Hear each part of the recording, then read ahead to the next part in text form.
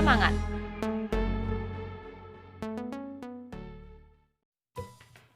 Baiklah, pada bagian ini kita akan membahas mengenai tekanan zat cair dan tekanan gas. Pertama, kita akan membahas mengenai tekanan zat cair. Pada tekanan zat cair, kita akan membahas mengenai tekanan hidrostatis, hukum Archimedes, dan hukum Pascal. Tekanan hidrostatis merupakan tekanan yang disebabkan oleh zat cair yang diam, sehingga memberikan tekanan ke lingkungan sekitarnya. Pada orang yang menyelam akan merasakan kondisi telinga yang tertekan. Semakin dalam mereka menyelam, maka tekanan yang dirasakan akan semakin besar.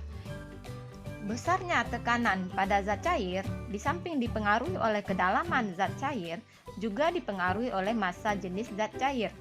Jadi, jenis zat juga menentukan besarnya tekanan pada zat cair, di mana hubungannya dapat ditulis dalam rumus pH sama dengan Rho dikali G dikali H, di mana Rho sama dengan massa jenis zat cair satuan kilogram per meter kubik, G percepatan gravitasi satuan meter per sekon kuadrat, dan H tinggi zat cair satuan meter, sedangkan pH merupakan tekanan hidrostatis satuannya Newton per meter kuadrat. Soal, perhatikan gambar. Jika kedalaman airnya 100 cm dan letak mulut ikan dari dasar kolam adalah 20 cm, tentukan tekanan hidrostatis pada mulut ikan jika massa jenis air sama dengan 1 gram per cm kubik dan percepatan gravitasi sama dengan 10 meter per sekon kuadrat. Penyelesaian, kita baca soal dari awal. Jika kedalaman air 100 cm dan letak mulut ikan dari dasar kolam adalah 20 cm, kita harus cari berapa kedalaman posisi mulut ikan dari permukaan. Ingat, kedalaman di sini dari permukaan, berarti 100 dikurang 20 cm sama dengan 80 cm.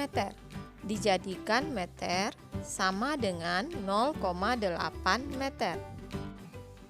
Tentukan tekanan hidrostatis pada mulut ikan, berarti yang ditanya pH pada mulut ikan. Jika massa jenis air 1 gram per cm kubik, jadi Rho air sama dengan 1 gram per cm kubik sama dengan 1000 kg per meter kubik. Dengan gravitasi atau G sama dengan 10 meter per sekon kuadrat. Jawab, rumus pH sama dengan Rho dikali G dikali H. Kita masukkan masing-masing angka ke dalam rumus, sama dengan 1000 kg per meter kubik dikali 10 meter per sekon kuadrat dikali 0,8 meter, sama dengan 8000 Newton per meter kuadrat. Prinsip tekanan hidrostatis ini penting untuk diperhatikan dalam merancang berbagai struktur bangunan dalam penampungan air, misalnya pembangunan bendungan untuk pembangkit listrik tenaga air atau PLTA. Para arsitek kapal selam juga memperhitungkan tekanan hidrostatis air laut sehingga kapal selam mampu menyelam ke dasar laut dengan kedalaman ratusan meter tanpa mengalami kebocoran atau kerusakan akibat tekanan hidrostatis. Dan perlu juga kamu ketahui bahwa manusia hanya mampu menyelam hingga kedalaman kurang lebih 20 meter. Kenapa demikian? Karena paru-paru manusia tidak dapat menahan tekanan yang besar, tekanan yang lebih dari 240.000 Pascal. Hukum Archimedes dikemukakan oleh Archimedes, berkebangsaan Yunani. Hukum Archimedes berbunyi, jika benda dicelupkan ke dalam zat cair, maka benda itu akan mendapat gaya ke atas yang sama besar dengan berat zat cair yang didesak oleh benda tersebut.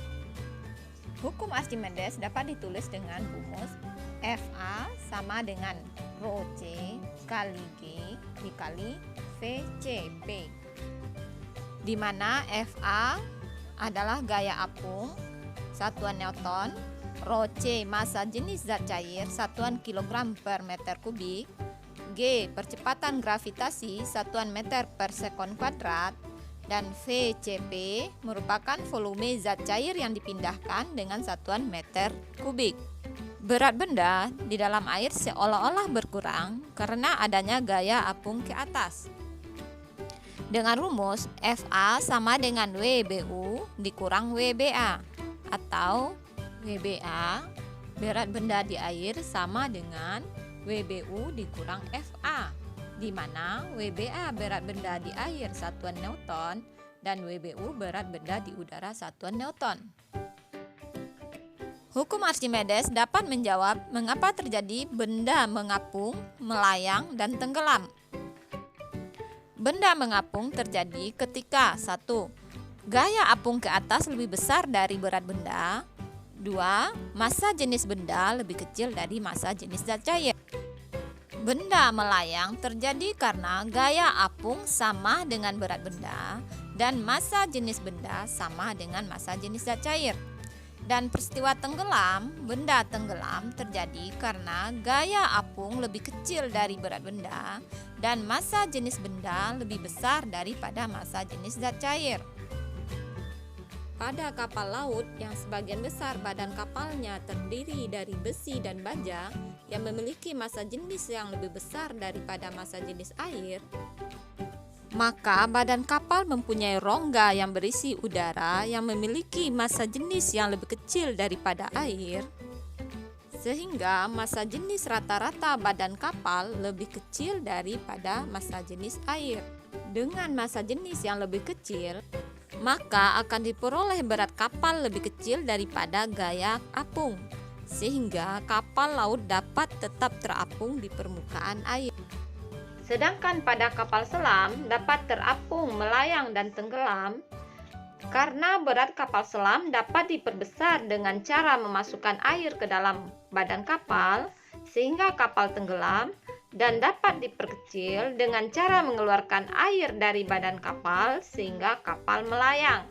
Dan ketika kapal akan terapung, air yang ada di penampungan akan dikeluarkan, sehingga berat kapal selam lebih kecil daripada gaya apung atau gaya ke atas.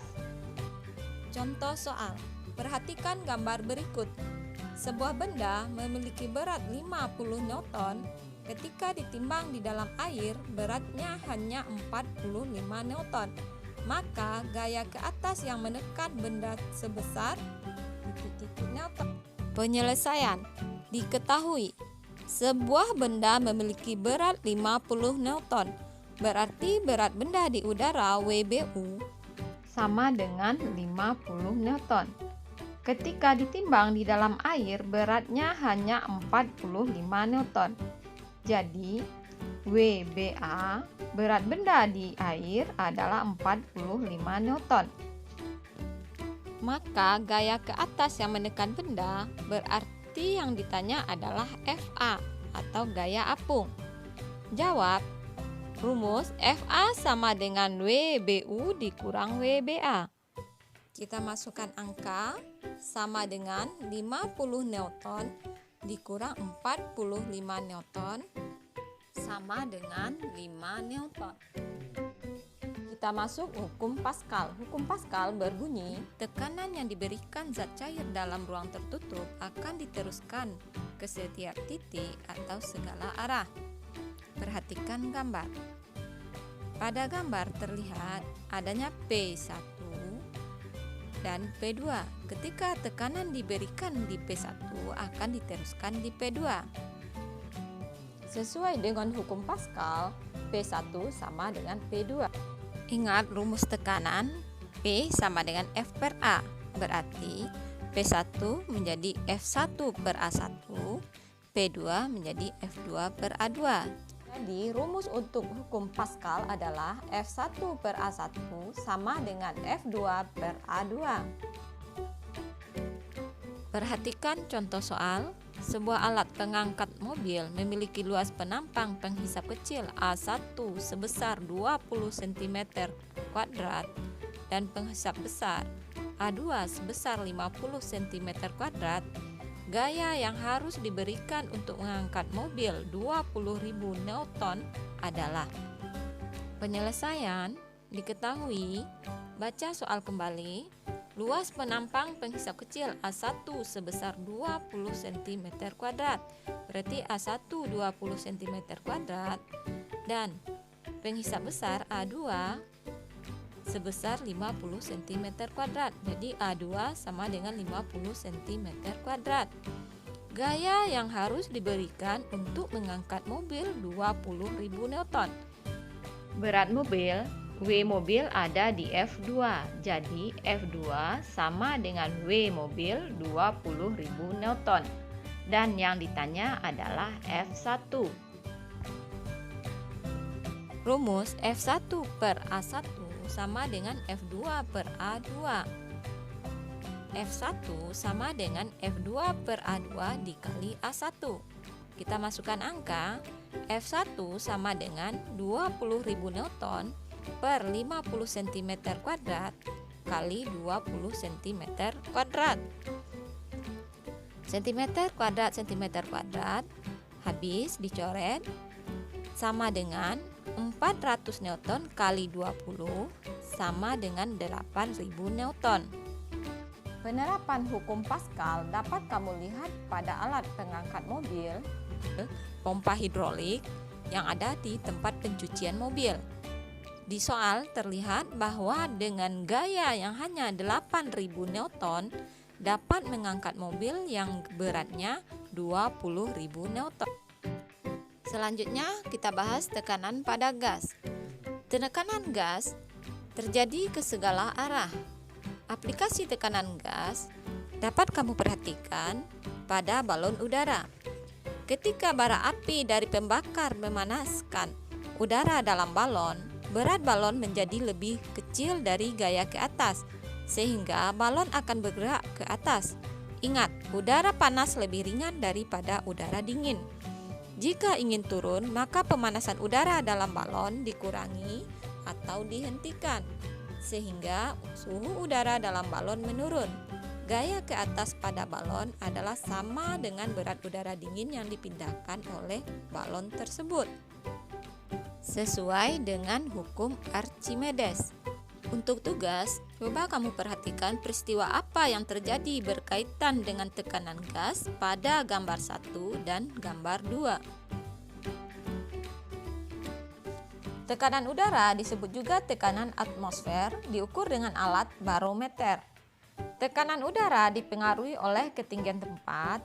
Nah, besarnya tekanan udara pada suatu tempat dapat dihitung dengan rumus pH sama dengan di dalam kurung PU dikurang H dibagi 100 tutup kurung cm Hg, di mana pH adalah tekanan pada ketinggian H, PU tekanan udara permukaan air laut, dan H tinggi suatu tempat.